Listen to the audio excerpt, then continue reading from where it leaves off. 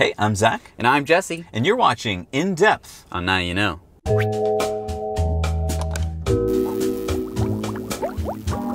All right, so this week we got to see Elon speaking to about 30 governors of the United States, and Yes. It was a really interesting little Q&A that he had with Governor Sandoval, the governor of Nevada. Governor Sandoval is an interesting character because we know the Gigafactory is in Nevada, and it seems like Governor Sandoval is a big fan of Elon's. Yeah, I think that people who don't know much about Tesla tend to be a little bit negative because they don't know enough. But as soon as you start to learn more and just you educate yourself, you're like, oh, wow, this is amazing. And it's cool to see a governor, acknowledge that basically and show that because he has to deal with Tesla on a daily basis, that he has learned that they're really awesome. Yeah, he's worked with Elon a lot when he was trying to put together a package to attract Tesla to build their Gigafactory there. What's really cool here is that Governor Sandoval has taken over as chairman of this group of governors. This group has been in effect since 1908. Wow. And so when they were handing over the new gavel to him, they decided to use a drone. Check this out. Didn't quite make it to the purple platform it was supposed to get to, but I thought, pretty cool. They're trying to be hip governors. Yep. He has taken over as chairman of the National Governors Association, and his movement is called Ahead of the Curve. And the first things they talked about with Elon was that there were incentives needed to get the Gigafactory in Nevada, and the press picked up on this as a $1 billion incentive to Tesla. Well, as Elon pointed out in this interview, it's over 20 years, and Nevada is giving Tesla a $50 to $60 million tax break every year. So that does total about $1 billion. But as Elon pointed out, his company had to put $5 billion into just starting the Gigafactory, and over the 20 years, they're going to put over $100 billion into it. Wow. So that's about a 1% incentive. So not the way the press has written about it. So we're going to show you some of the interesting points of this talk, and then actually show you some Elon talking to governors. Yeah, and he was very, very forthcoming. He didn't pull any punches. And I mean, here you're with these big politicians, and for many of them, this might have been the first time they actually got to see Elon Musk up close and personal. Maybe even the first time they got to hear him at all. Yeah. So one of the first points they talked about was regulation. Elon said nobody goes back and gets rid of bad laws. He was pointing out, remember when cars first came out? Remember, you were a little kid then. This was probably back in the 1910s. Remember, you were a little kid, and cars would come out, and they were very dangerous. So there was a law on the books that said you had to stand in front of the car with a lantern on a pole. And as he pointed out, obviously we don't need a law like that today. So one of the things he told the governors was, make sure you get rid of bad laws. Okay. Regulations are immortal, and they never die unless somebody actually goes and kills them, and then they get a lot of momentum. So a lot of times regulations can be put in place for all the right reasons, but then nobody goes back and gets rid of them afterwards when they no longer make sense. Elon pointed out that whatever you incentivize will happen. So be very careful. If you give incentives to something, that is probably what will happen. And if you don't incentivize it, it probably won't happen as quickly as you want it to. Yep. And incentives should favor innovation. Okay. Kind of makes sense. Yeah. So one of the things that Elon said is that there will be 2 or 3 more gigafactories in the United States, and a couple more overseas. This is what he said. This is the latest data that we have. So this is really exciting. And he's talking to a bunch of governors, so I'm sure maybe he wants them to start giving them incentive packages. Yeah, I hope so. He said he'd be really happy if Tesla had accelerated sustainable energy by 10 years. And he'd even be happy if it was 5 years. So what does that mean? It means that basically there's a curve going on right now, right? And if Tesla has been able to advance the slope of that curve by 10 years, that would be fantastic in Elon's mind. I thought that was really cool. And I think just looking at the data, they probably have. Oh, absolutely. I mean, we're sitting in a Tesla right now. We would not be sitting in a Tesla right now. There's a wind turbine behind us. Yeah, I mean, if it weren't for his company. Yeah. All right, some cool predictions that he gave Governor Sandoval. He said that he thinks in 10 years, more than half of the new vehicle production will be electric in the U.S. Wow. So, I mean, and this caught the governor by surprise. Yeah. And then he went on to predict that in China, they're even ahead of that curve, that they are giving way more incentives for renewables, and that's something that most Americans don't think. We think, oh, China, they're polluting and they're just coal, but China gets that, and they are they've got way better incentives for renewables than we do. I think sometimes people are under the impression that China is either dragging their feet or somehow behind the U.S. in terms of sustainable energy promotion, but they're by far the most aggressive on Earth. It's crazy. I mean, like, in fact, the coalition of Chinese car manufacturers just wrote the Chinese government to beg for them to slow down the mandate. It's a misunderstanding that some people think that China is, not pushing clean energy. They're totally pushing clean energy. It's just that they sort of started off with all of these coal-fired power plants and stuff to kickstart their economy, and now people are getting really upset about it. And I think it's a reason why they're pushing for such green energy is because they've seen the awful effects of dirty energy. Right. I mean, back in the 1800s in this country or in England, they saw the awful effects of industrial revolution, right, but they could do nothing about it. Right. There was no alternative to that. Right. So just horses. Right. Then he went on to say to Governor Sandoval that he thinks in 10 years, almost all cars will be autonomous. Right, so he says that all new cars coming out will be autonomous and that it'll take a while for the fleet to get completely updated. But like he said, having a non-autonomous car will be like having a horse. Yeah, he said in 20 years, having an autonomous car, so a regular ICE car or a regular car that you have to drive, will be like owning a horse. He said some people will still have them, but it'll be the oddity. It'll be like someone who owns a horse. And that caught, I think, the governor and a lot of other governors by surprise. They were like, wait, 20 years, it'll be odd to see a regular car? Right. And Elon was like, yep. But if you were to say go out 20 years, overwhelmingly, things are electric, autonomous, overwhelmingly. Fully autonomous? Fully autonomous. So no one will have to touch the steering wheel if there is one? There will not be a steering wheel. Then talking about energy, because one of the big things that Governor Sandoval wants to do with this group of governors is push towards technology and energy and technology and transportation. And Elon pointed out that if you had 100 square miles of solar in this country, you could take care of all the U.S. Power needs. Right. That's transportation, that's heat, that's electricity. And then the batteries to store that power would only be 1 square mile. So one thing that Elon talked about that I don't think I'd really heard him talk about before, which is his concern about AI. And I mean, I have always considered it to be like, oh, ha ha ha, like Terminators and stuff like that. Like, that's not going to happen. But one of the things that he was talking about would be like an AI that was on the internet. And so you'd have like an AI that was supposed to raise the stock price of something. And he said that it would start a war because that's how it would figure out how to raise the stock price, because it's an AI and it doesn't know, oh, I shouldn't start a war. Like, it doesn't have as many morals and stuff like that. And so he was really adamant about these governors trying their very best to regulate artificial intelligence. And a lot of governors were just like, oh, I don't really, like, why would we do that? It's innovation, how could we slow it down? We don't want to regulate. And Elon was like, well, you're going to end civilization if you don't do that. I thought that was...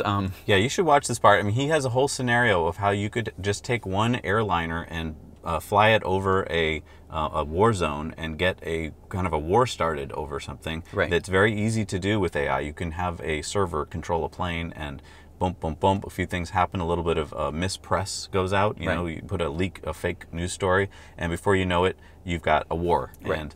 And he seems like this is something that keeps him up at night. Right. One of the governors, I think it was from Arizona, asked him if we had started regulating natural gas before we knew what it was this odorless gas, and then we wouldn't have had the innovation of using natural gas. And Elon just said, look, all I'm asking you to do is first learn about AI, learn what it does, what we've been doing so far with it, and then decide where you'd like to regulate it. Right. So that every player, every team is being regulated the same. Right. He said companies are not going to leave and go to China if you try and do this. Right. He basically related it to airplane manufacturers. Do you think that if you're gonna regulate the airline manufacturers more, that people are going to get upset? That, oh, should we get rid of the FAA? People are like, no, we shouldn't get rid of the FAA. So this is basically what he's making it akin to, and it makes a lot of sense. Yeah, he said, I'm not a big proponent of over-regulation, but he said in this case, this is the biggest risk to humanity that exists. And I was like, whoa. Yeah. So I think we should pay attention. On the topic of robots, because the governors were kind of jokingly like, oh, what do you think about robots? And he's like, robots are going to be able to do every job that we currently do. And he's like, including me. What's going to happen is robots will be able to do everything better than us. I'm including, all of us, Yeah. I'm not sure exactly what to do about this. It's this is really like the scariest problem to me. And the first robots that are going to take over are the 12% that do transportation. So 12% of our economy right now is transportation and people who drive trucks and buses and taxis. He's like, that's going to be the first thing to go. And then a lot of other things are going to follow. He said basically everything will follow because robots will be able to do everything we can do and better. Right. He went on to talk about the game Go. So this is a game that many experts thought could never be done by a computer better than a human. So it's a very complex game. Basically, they thought that a computer would never be able to beat a human player. And basically, that just happened. And now it can... Yeah, it didn't just beat the human player. It crushed the human player. So AlphaGo, which is a program written by DeepMind, which is an offshoot of Google, not only beat the best human, now, a year later, can play 50 of the best humans and beat them all simultaneously. Right. So that's...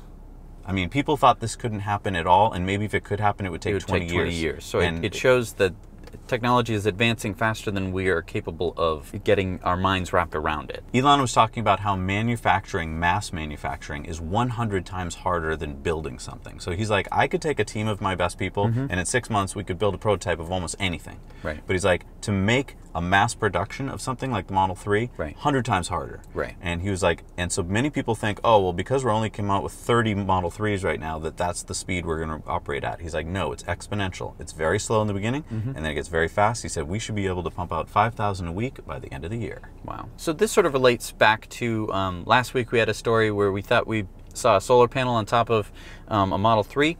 Seems like this kind of puts it to rest. Definitely not going to happen. Putting solar panels on the car itself, not that helpful because the actual surface area of the car is not very much, and cars are very often indoors, and so it's the least efficient place to put solar is on the car. Yeah. So Governor Scott, he's the governor of Vermont, asked Elon, "What do you think about putting solar on cars?" Right. And Elon was like, "I'm going to stop you right there, Governor. No." It just doesn't make any sense. And Elon put his best people on it. He's like, I wanted this to work, but we figured out you'd have to build like a transformer thing that built a big solar panel over the entire car. And basically he said, like, if you could make something that would cover an entire parking space, and then it would always be in the sun. You'd only get like 20 to 30 miles a day. Right. And it would be the most expensive, complicated way to do the problem. He's like, don't do it. Put it on a roof, basically, is what he said. And the governor was like, could you do some kind of wrap of buildings? He's like, just put it on the roof. It makes so much sense. It's so much easier on the roof, and it'll solve the problem. He said that it's like a three-legged stool. So you have stationary solar panels, stationary battery packs, and electric cars, and that solves your problem. Solved the energy problem. Yeah, nice and simple.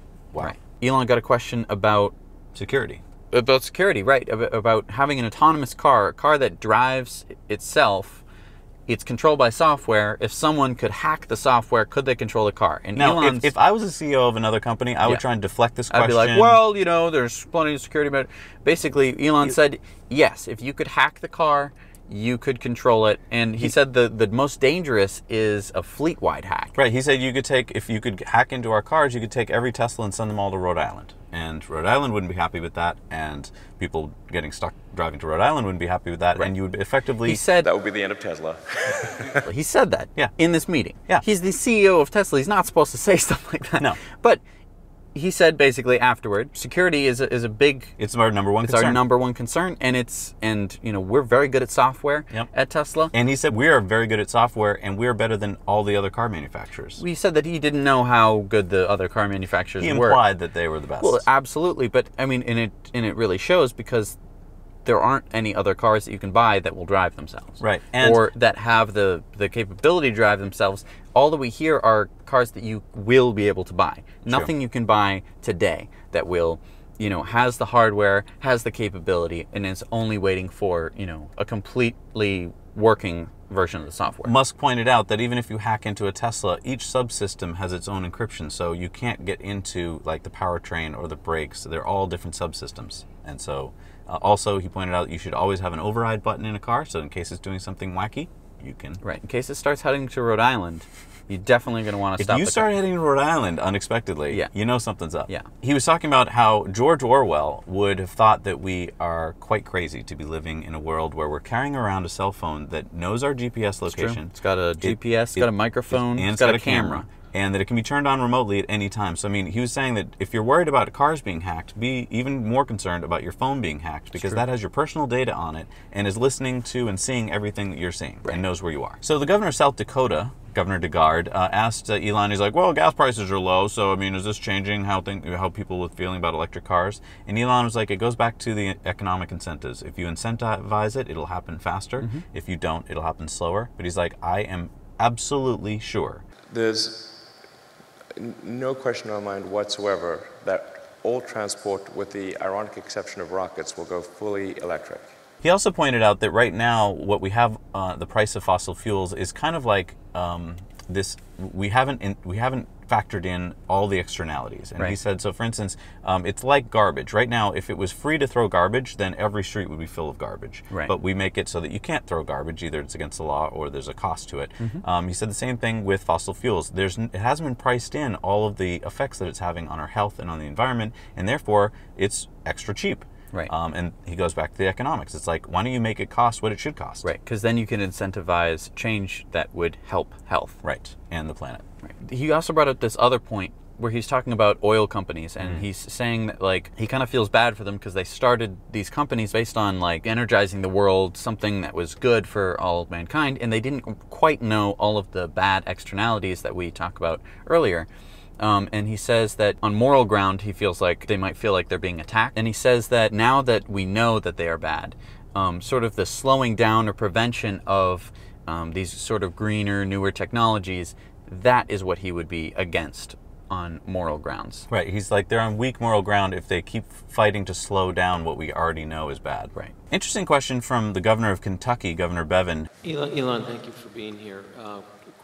Short version of the question, and then slightly longer. The short version is, do you ever feel pressure by others' expectations of you and your endeavors in light of the progress you've made thus far, is the short version. And more specifically, when you look just at Tesla alone, and you look at a company with a $54 billion valuation, and seemingly by typical market metrics, no justifiable reason for that. What are you saying? I'm just saying, I'm curious. Sir. I'm just, in all seriousness, do you feel a concern ever that your intellect and your intellectual curiosity and your ingenuity cannot be matched by those that are trying to commercialize it? He basically came right out and said that he thought Tesla was overvalued. He's like, there's no reason for your market share to be this high.